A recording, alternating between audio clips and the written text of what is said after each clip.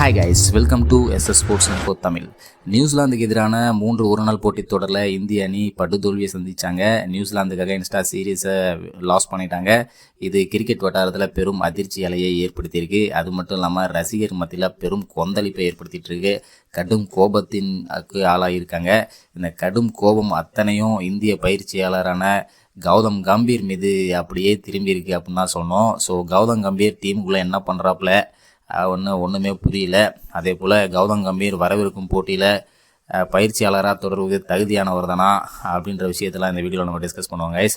So வீடியோக்கு ஒரு like கொடுத்துக்கோங்க, சேனலுக்கு சப்ஸ்கிரைப் பண்ணிடுங்க.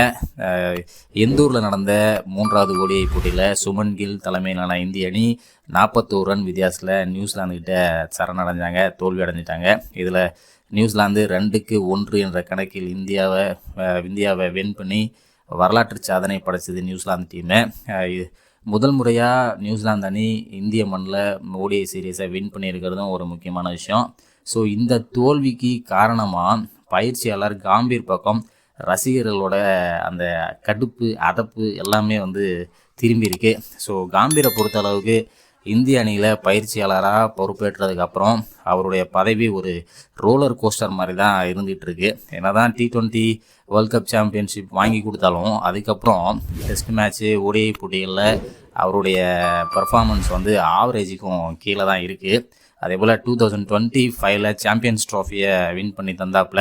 அதுக்கப்புறம் சரியான பர்ஃபார்மன்ஸ் இல்லை, எல்லா போட்டியிலையுமே சர்க்கிள் தான் இந்தியாவுக்கு. ஸோ காம்பீர் பதவியேற்றதுக்கப்புறம் அவருடைய பதவி காலத்தில் அதிகபட்சமாக சாதனையாக பார்க்கப்படுவது அவருடைய தோல்விகள் தான். அந்த தோல்விகள்லாம் ஒரு பட்டியலாக பார்த்துருவோம். முதல்ல இலங்கை அணிக்கு எதிரான ஒருநாள் தொடரில் தோல்வியை சந்தித்தாங்க இந்தியா. ஆஸ்திரேலியாவுக்கு எதிரான தொடரில் தோல்வியை சந்தித்தாங்க. சொந்த மண்ணில் நியூசிலாந்துக்கு எதிரான டெஸ்ட் போட்டியில் ஒயிட் வாஷ். அதே போல் தற்போது நடந்த நியூசிலாண்டுக்கு எதிரான ODI போட்டியிலையும் சொந்த மண்ணில் இந்திய அணி தோல்வியை சந்திச்சிருக்காங்க. சவுத் ஆஃப்ரிக்காவுக்கு எதிரான டெஸ்ட் போட்டியில் சொந்த மண்ணில் ஒயிட் வாஷு. இது மூலிமா பார்டர் கவாஸ்கர் ட்ராஃபியை 10 ஆண்டுக்கு அப்புறம் இழந்தாங்க இந்தியா. இதெல்லாம் பார்த்திங்கன்னா கௌதம் கம்பீர் தலைமையிலான சாதனை தோல்விகள். இது ஒரு பக்கம் இருக்க, காம்பீரை பொறுத்தளவுக்கு சில பைத்தியக்காரமான வேலையெல்லாம் உள்ளே செஞ்சிட்ருக்காப்புல. அடிக்கடி பர்ஃபார்மன்ஸில் இருக்க பிளேயரை டீமில் விளையாட வைக்காமல் வெளியே எடுத்துடுறது, எவன் பர்ஃபார்மன்ஸில் இல்லாமல் இருக்கானோ அவனை தூக்கி உள்ளே போடுறது, யாருக்கு கேப்டன்ஷிப்பு பதவி பொருந்தாதோ அவனை பிடிச்சி கேப்டன்ஷிப்பில் உட்கார வைக்கிறது, இந்த மாதிரியான விஷயங்கள்லாம் கௌதம் கம்பீர் சிறப்பாக செயல்பட்டாப்புல. அது மட்டும் இல்லாமல் விராட் கோலி மற்றும் ரோஹித் சர்மாவை டெஸ்ட் போட்டியிலிருந்து ஓய்வு பெற கட்டாயப்படுத்தினாப்புல. அதே போல் ரோஹித் சர்மாவின் கேப்டன் பதவியை பறிச்சாப்புல. இதெல்லாம் கௌதம் கம்பீரோட சில மோசமான செயல்பாடுகளாக 2025 நடந்துகிட்டு இருந்துச்சு டீமுக்குள்ளே. ஸோ டீமை சொதப்பி எரிஞ்சிட்டாப்புல அப்படின்னு தான் சொன்னோம். அப்படியே குதறிட்டாப்புல அப்படின்றதான் விஷயம்.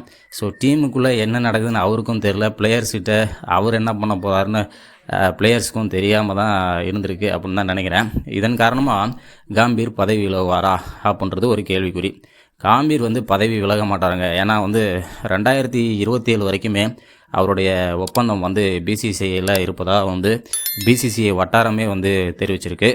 ஸோ அது மட்டும் இல்லாமல் இப்போ நியூசிலாந்துக்கு எதிரான தோல்வியை பற்றி BCCI கண்டிப்பாக யோசிப்பாங்க அப்படின்றது தான் என்னுடைய கருத்து. ஸோ உங்களுடைய கருத்து என்னென்னு கமெண்டில் கொஞ்சம் கமெண்ட் பண்ணுங்கள். ஸோ இப்போ இந்தியன் டீம் டோட்டலாக வரப்போகிற T20 உலகக்கோப்பைகளுக்கான கவனம் அதன் மீது திரும்பி இருக்குது. அதே போல் காம்பீரோட எதிர்காலம் குறித்தும் ஒரு கேள்விக்குறியும் இருக்குது. அடுத்தது வர வேர்ல்ட் கப்பு டெஸ்ட் சாம்பியன்ஷிப் போட்டிகள் அதிலெல்லாம் தலைமை பயிற்சியாளர் செயல்படுவதற்கு காம்பீருக்கு தகுதி இருக்கா அப்படின்றது ஒரு கேள்விக்குறி தான். இந்த கேள்விக்குறியை தீர்க்கணும்னா அது BCCI தான் அந்த தகவலை கண்டிப்பாக யோசிக்கணும். ஸோ BCCI இனிவரும் போட்டிகளில் சும்மா கடுமையாக யோசிப்பாங்க அப்படின்றது தான் விஷயம். ஸோ இந்த விஷயத்தில் யாரை பற்றி யோசிப்பாங்க அப்படின்னு பார்த்தீங்கன்னா, வீரர்கள் மற்றும் நிர்வாக தரப்பில் பெரிய மாற்றங்கள் நடந்தாலும் ஆச்சரியப்படுறதுக்கு இல்லை. ஸோ மொத்தமாக கௌதம் கம்பீரோட நியூசிலாந்துக்கு எதிரான தோல்வி அவருடைய பதவிக்கு ஆப்பு தான் அப்படின்றது கன்ஃபார்மாக தெரியுது. ஸோ இந்த ஆப்பு எப்போ வைக்க போகிறாங்க அப்படின்றது தெரில.